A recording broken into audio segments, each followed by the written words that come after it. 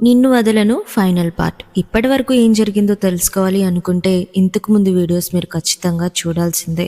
ఇక స్టోరీలోకి వెళ్ళిపోదాం. ఇంతకు ముందు వీడియోస్లో చెప్పిన విధంగా 10 సంవత్సరాలుగా ఒక ఆత్మ ఒకరి శరీరంలో ఉంది అంటే మీరు నమ్ముతారా? ఖచ్చితంగా ఎవరు నమ్మలేరు. కానీ ఇది రియల్గా జరిగిన సంఘటన కనుక నమ్మక తప్పదు. అదేంటో తెలుసుకోబోయే ముందు మన ఛానల్ని ఎవరైనా ఫస్ట్ టైం చూస్తున్నట్లయితే ఖచ్చితంగా సబ్స్క్రైబ్ చేసుకొని మీ సపోర్ట్ని నాకు అందించండి. ఇలాంటి మరెన్నో వీడియోస్ చేయడానికి నాకు బూస్టప్గా ఉంటుంది.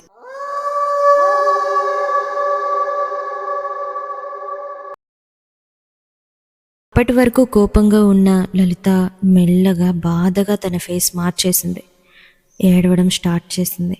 చాలా ఘోరంగా ఏడుస్తూ ఉంది. దాన్ని చూస్తున్న వాళ్ళ అమ్మకు చాలా భయం వేసింది. ఏమైందో చెప్పు, ఎందుకు ఇలా చేస్తున్నావు తల్లి? నాకు నిన్ను చూస్తుంటే చాలా భయం వేస్తోంది, ఏదో ఒకటి మాట్లాడు అంటూ ఆమెను కదిలిస్తూ ఉంది. వెంటనే లలిత, ఏం చెప్పాలి నీకు? నా జీవితమే నాశనం అయిపోయింది. ఒక్కడిని ప్రేమించడం వల్ల నేను ఈ లోకం నుండి వెళ్లాల్సి వచ్చింది. నా స్థానంలో నీ కూతురు వచ్చి ఉండుంటే నా మనసు ఎంత కష్టంగా ఉంటుంది. వాడిని నాతో పాటు తీసుకెళ్దాం అనుకున్నాను. అలాంటిది ఇది వాడి జీవితంలోకి వచ్చి వీళ్ళు ఎంత సంతోషంగా పెళ్లి చేసుకొని పిల్లలతో హాయిగా గడుపుతామంటే నేను ఎలా ఊరుకుంటాను? అస్సలు ఊరుకోను. ఖచ్చితంగా వీటన్నింటికి వీళ్ళు సమాధానం చెప్పాల్సిందే అని అంది. ఆమెకేం అర్థం కాలేదు. ఏం మాట్లాడుతున్నావు? దేని గురించి మాట్లాడుతున్నావు? నా కూతురు విషయం ఏంటి? నువ్వే కదా నా కూతురువి అని ఆమె అంది. ఆమె కోపంగా చూస్తూ, కాదు, నేను కూతురిని కాదు. నీకు నాకు ఎలాంటి సంబంధం లేదు. అలాగే నీ కూతురుతో కూడా ఇకపై ఉండదు. ఎందుకంటే దాన్ని ఈ లోకంలోనే లేకుండా చేస్తాను. నా ప్రేమకు అడ్డు వచ్చింది. నేను ప్రాణంగా ప్రేమిస్తున్న వ్యక్తిని దాన్ని సొంతం చేసుకోవాలి అనుకుంది. అలాంటి దాన్ని వదిలేస్తాను అనుకున్నావా? ఇప్పటికీ 5 నెలలుగా దానిలో నివసిస్తున్నాను. ఇకపై దాన్ని ఏం చేస్తానో మాటల్లో కూడా చెప్పలేను అని నవ్వుతూ చెప్పింది. ఇదంతా వింటున్న ఆమెకు చాలా భయం వేసింది. అంటే ఇప్పటి వరకు నా కూతురు ప్రవర్తించిన తీరుకి నువ్వేనా కారణం? అసలు ఎవరు నువ్వు? ఎందుకు ఇలా చేస్తున్నావు? ఎందుకు నా కూతుర్ని హింసిస్తున్నావు అని ఆమె అంది.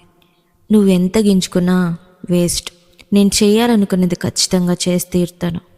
కొన్ని రోజుల క్రితం వాడికి యాక్సిడెంట్ చేశాను. ఇప్పుడు దీని ప్రాణాన్ని కూడా తీసేస్తాను. ఇద్దరు కలిసి ఎలా సంతోషంగా ఉంటారో నేను చూస్తాను అని లలిత అంటూ ఉంది. ఇక ఆమెకు భయం వేసింది.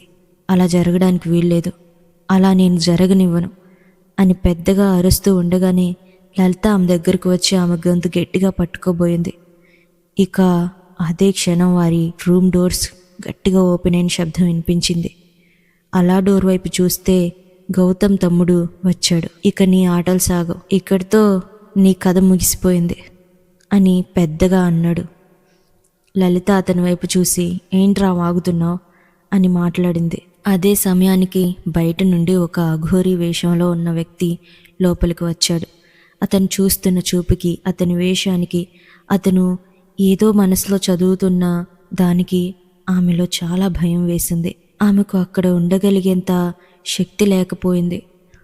వెంటనే అక్కడి నుండి వెళ్ళిపోకపోతే ఆత్మగా ఉన్న ఆమె చనిపోతుందేమో అన్నట్లు భయం వేసింది. వెంటనే తన దగ్గర నుండి పారిపోయింది. వెంటనే ఆ అఘోరీ వేషంలో ఉన్న వ్యక్తి, ఇక అది మిమ్మల్ని ఎప్పుడూ ఇబ్బంది పెట్టదు, ప్రశాంతంగా ఉండండి అని అక్కడి నుండి వెళ్ళిపోయాడు. అక్కడ ఏం జరుగుతుందో వాళ్ళకేం అర్థం కాలేదు. కనీసం ఆయన ఏమీ చేయలేదు, ఆయన కంటి చూపుకే ఇలా జరిగిందా అని మనసులో అనుకున్నారు. అయితే లలిత కళ్ళు తెరిచింది. ఆమె ఎప్పట్లా బాగానే ఉంది. 1 వారం గడిచింది, 1 నెల గడిచింది. అయినా కానీ లలితలో ఎలాంటి మార్పు లేదు. తను నార్మల్గానే ఉంది. అలాగే గౌతమ్ కూడా స్పృహలోకి వచ్చాడు. 2-3 నెలల తర్వాత ఇద్దరూ నార్మల్ అయిపోయారు. ఇక అదంతా గమనించిన వాళ్ళ కుటుంబం అసలు విషయాన్ని తెలుసుకొని ఇంతగా కష్టపడిన వాళ్ళిద్దరికీ పెళ్లి చేయడం మంచిదే అనిపించి వాళ్ళిద్దరికీ పెళ్లి చేసేశారు. ఇక అందరూ చాలా సంతోషంగా ఉన్నారు. గౌతమ్ లలితలకు ఒక ఆడపిల్ల పుట్టింది. అయితే అప్పుడు మళ్ళీ మొదలైంది. తన కూతుర్ని సరిగ్గా చూసుకోవడం లేదు. మధ్యరాత్రి అయితే చాలు ఇంట్లో ఉండడం లేదు. ఎలా పడితే అలా ప్రవర్తించడం, ఎలా పడితే అలా మాట్లాడడం మొదలుపెట్టింది. ఇదంతా వింటున్న వారందరికీ మళ్ళీ ఆమెలోకి ఆ ఆత్మ ప్రవేశించిందేమో అన్న భయం మొదలైంది. నిజంగా వారి భయం నిజమైంది. ఈసారి ఎన్ని పూజలు చేసినా, ఎన్ని దర్గాలకు తిప్పినా, ఎన్ని గుళ్ళకు తిప్పినా ప్రయోజనం లేకుండా పోయింది. ఈ విషయం ఆమెకు కూడా అర్థమైంది. తనని ఎవరో పట్టుకొని పీడిస్తున్నారని, తన జీవితాన్ని నాశనం చేస్తున్నారని లలిత కూడా అర్థమైంది. అంతగా ప్రేమించే గౌతమ్ కూడా ఇవన్నీ చూడలేకపోతున్నాడు. ఇంత కష్టపడి అందరినీ ఒప్పించి పెళ్లి చేసుకున్నా కూడా ఈ బాధ తప్పడం లేదు అని చాలా బాధపడుతూ ఉన్నారు. పెళ్ళయి వాళ్ళ కూతురు పుట్టినప్పుడు ఆ కూతురికి తన ప్రేమను పూర్తిగా పంచలేకపోతున్నానని లలిత చాలా బాధపడింది. ఆ తర్వాత సంవత్సరాలు గడుస్తున్నాయి, కానీ లలితలో మాత్రం మార్పు రావట్లేదు. ఏం చేసినా కూడా ఆమె నార్మల్ మనిషి కావట్లేదు. అలా అలా కాలం గడుస్తూ ఉండగానే ఆమె పూర్తిగా శవంలా మారిపోయింది. ఒంట్లో జీవం లేనటువంటి మనిషిలా ఆమె తయారైంది. ఇక వారికి ఆమె పైన హోప్స్ పోయాయి. ఏం చేసినా ఆమె మామూలు మనిషి కాదేమో అని వారికి అనిపించింది. నిజంగానే ఆమె మామూలు మనిషి కాలేదు. అలా అలా ఒకరోజు ఆమె ప్రాణాలు విడిచింది. నిజంగా ఇలాంటి పరిస్థితి వాళ్ళ జీవితంలోకి వస్తుందని వాళ్ళు ఎప్పుడూ అనుకోలేదు. నిజానికి గౌతమ్ ఏదీ కావాలని చేయలేదు, పొరపాటున జరిగింది. ఆమె తనని ఇబ్బంది పెడుతుంటే దానిని తీసుకోలేక, నిన్ను ప్రేమించలేనని చెప్పానా అని కోపంగా ఆమెపై అరిచాడు. ఉలిక్కిపడిన తను వెంటనే వెనక్కి తిరిగింది. తన బలాన్ని ఆపుకోలేక పైనుండి పడిపోయింది. అందులో అతని తప్పేమీ లేదు, కానీ దానికి ప్రతిఫలాన్ని మాత్రం చాలా రోజులు అనుభవించాడు.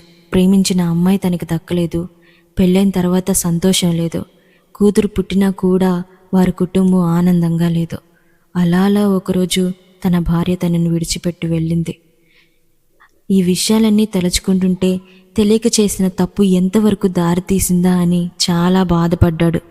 ఎంత బాధపడినా జరిగిన విషయం వెనక్కి రాదు, ఏది మునపట్లా ఉండదు. ఇక గౌతమ్ జరిగినవన్నీ మర్చిపోయి తన కూతుర్ని మంచిగా చూసుకుంటూ తన బిజినెస్లో మునిగిపోయాడు. ఏ సంతోషాన్ని అనుభవించకుండా లలిత ఈ లోకంలో నుండి వెళ్ళిపోయింది. నిజానికి ఈ కథకి ఇదే నిజమైన ముగింపు. సంతోషమైన ముగింపు ఇవ్వడానికి ఇది కథ కాదు, రియల్గా జరిగిన ఒక సంఘటన. ఆమె జీవితంలో ఎలాంటి ఆనందాన్ని, సంతోషాన్ని అనుభవించకుండానే ఆమె ఈ లోకం నుండి వెళ్ళిపోయింది. ఒక ఆత్మ ఒకరిపై పగ పడితే ఇంత ఘోరంగా ఉంటుందా అని ఆమె జీవితాన్ని చూసినప్పుడే అర్థమైంది. ఇక ఇక్కడితో ఈ కథ ముగింపు. ఎలా అనిపించిందో ఖచ్చితంగా కామెంట్ చేయండి. ఒక సంతోషకరమైన ముగింపు ఇవ్వడానికి ఇది కథ కాదు, రియల్గా జరిగిన సంఘటన. అందుకే ఆమెను చంపేయక తప్పలేదు. అలాగే కొన్ని విషయాలు నేను క్లారిటీగా రాయలేకపోయాను, ఎందుకంటే పూర్తిగా వారు చెప్పలేకపోయారు కాబట్టి. అర్థం చేసుకుంటారని భావిస్తున్నాను. అలాగే ఇలాంటి మరెన్నో కథలు కావాలంటే ఖచ్చితంగా నా ఛానల్ని సబ్స్క్రైబ్ చేసుకొని మీ సపోర్ట్ని అందించండి.